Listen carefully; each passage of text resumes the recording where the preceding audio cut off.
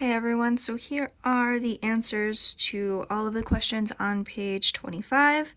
This is the lesson 5 homework or independent practice problems for 1A, B, C, D, E, and F. F is just possible choices. As long as it was an x coordinate bigger than 25, you were good. And then here's the graph and then the answer to letter E for you.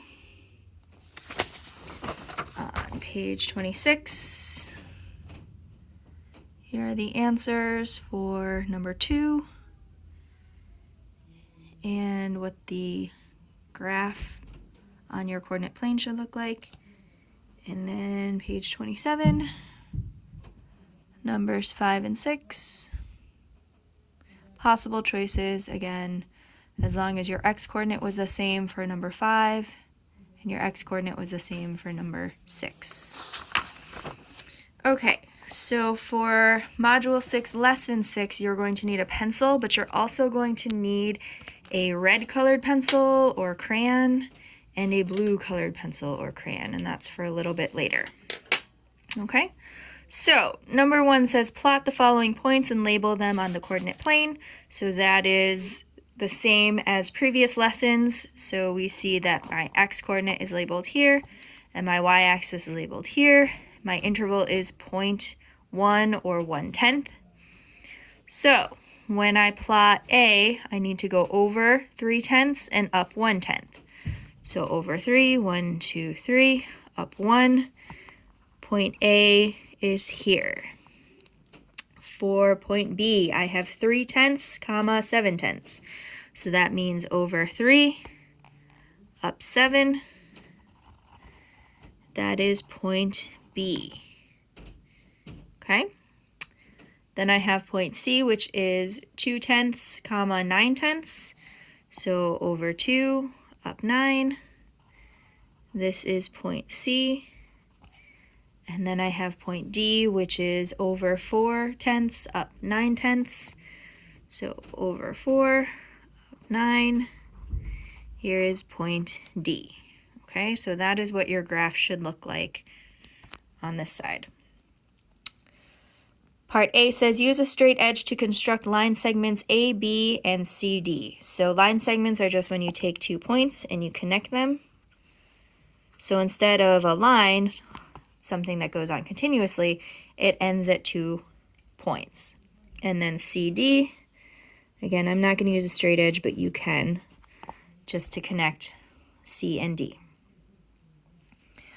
Question B says line segment blank is parallel to the x-axis and perpendicular to the y-axis. So which line segment is never going to touch x and will make a right angle with y? Is it C and D? Or is it A and B? So if we were to extend it, eventually C and D would hit the y-axis, making it perpendicular. So CD is parallel to the x-axis and perpendicular to the y-axis.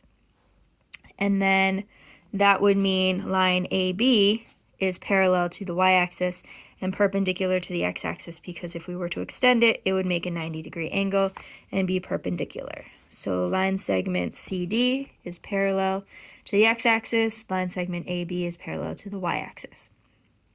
Now, part D says plot a point on line segment AB that is not at the endpoints and name it U. Okay? So anywhere along this line, you can put a point. So I'm just going to put mine here. Again, you can put yours somewhere else, and we're going to label it U. Then you need to give the coordinates of U. So yours might be different than mine. Now you definitely will have a 3/10 on the x-axis because the whole line, every single point is at 3/10 because you had to move over 3. Now, how many spaces you went up will be different, okay? Mine happens to be at 5/10 or 0.5. Then, plot a point on line segment CD and name it V. Write the coordinates. Now, CD is a much shorter line segment, okay? So really the only possible point is right in the middle, So we're going to go over 3/10, but it's going to be the same y-axis because it's the same as C and D horizontally. So 3/10 across and 9/10 up. Everyone should have the same one here because it cannot be the same point as C or D, and the only point available is in the middle. On page 29, we are going to construct line F such that the y-coordinate of every point is 3.5. So the y-coordinate, so going up along the y-axis, is 3.5.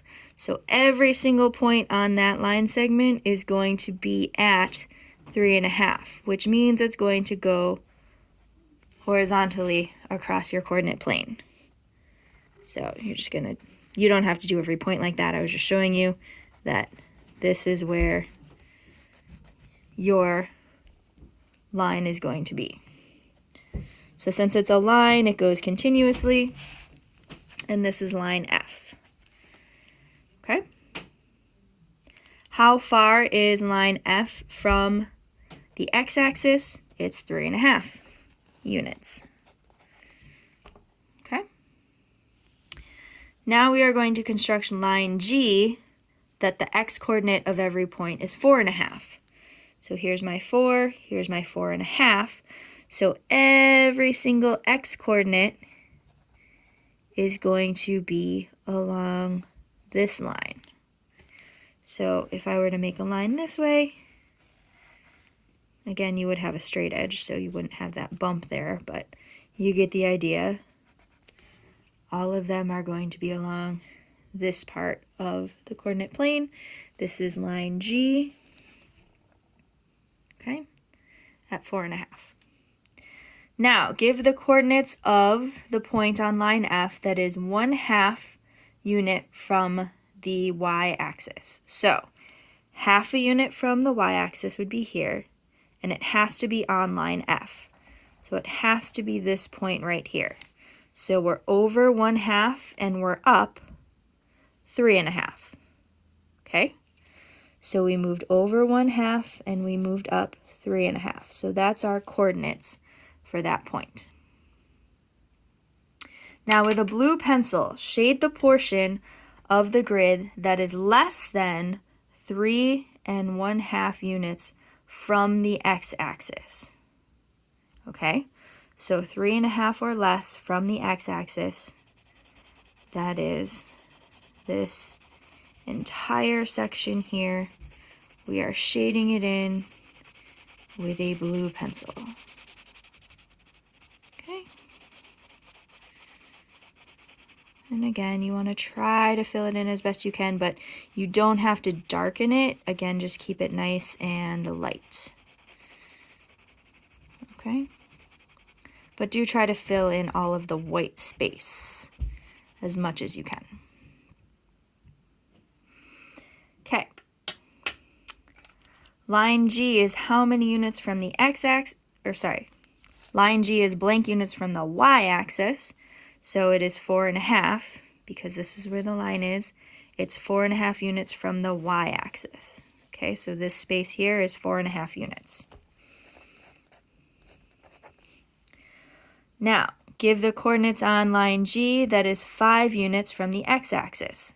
So, we're at 4.5. We have to go up to the point where it's along 5. So it is 4.5 across, 5 up.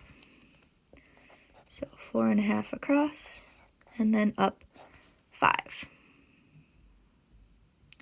Okay. Now with a red pencil, shade the portion of the grid that is 4.5 more than,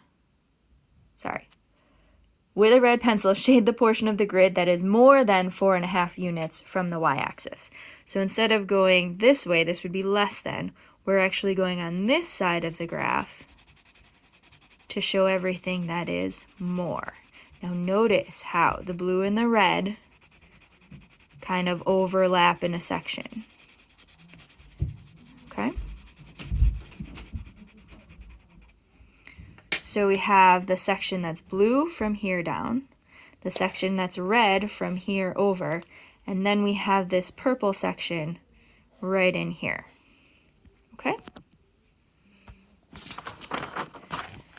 All right, now that's going to be important for this next part. Complete the following tasks on the plane below. Construct line M that is perpendicular to the x-axis and 3.5 units from the y-axis. So if it's perpendicular to the x-axis, that means it's going to cross it, and it's 3.5 units from the y-axis. Now, 3.2 units from the y-axis. So, 0.2 is the interval, so each space is worth 0.2. So we need to go 3.2 units from the y-axis. So here we have our 3, here we have our 0.2, so this is where our first line is going to be constructed. Okay? This is line M. Okay?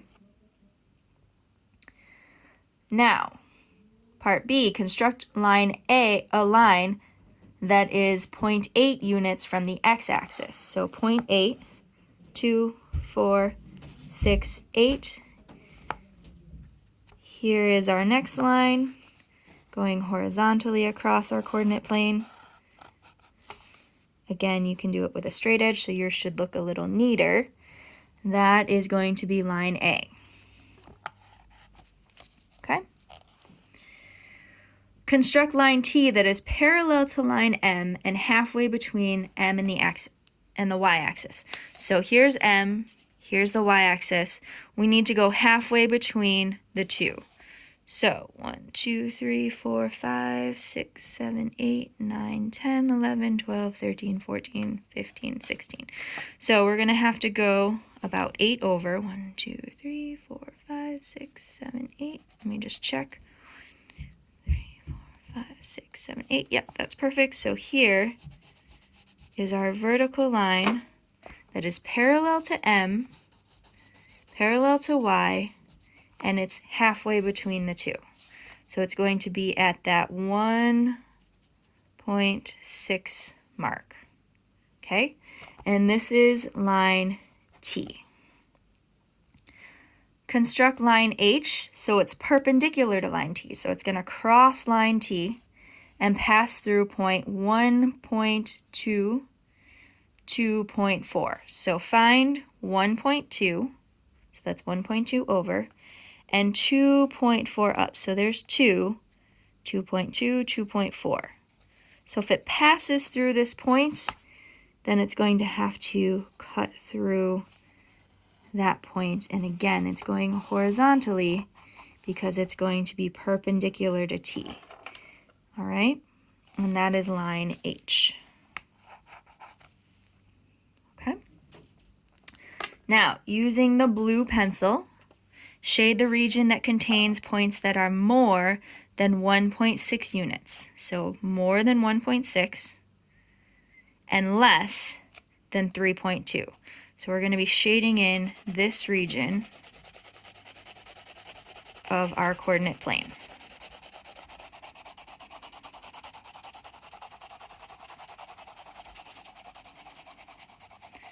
Again, you'll have two hands, so it'll be slightly easier to shade it in a little neater because you'll be able to hold the page and make it a little more precise.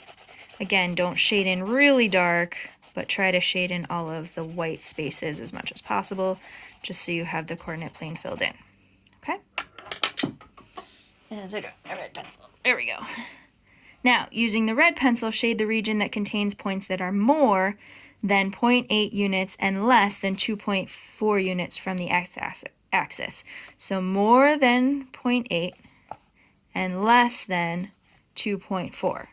So we're shading in this section of our coordinate plane.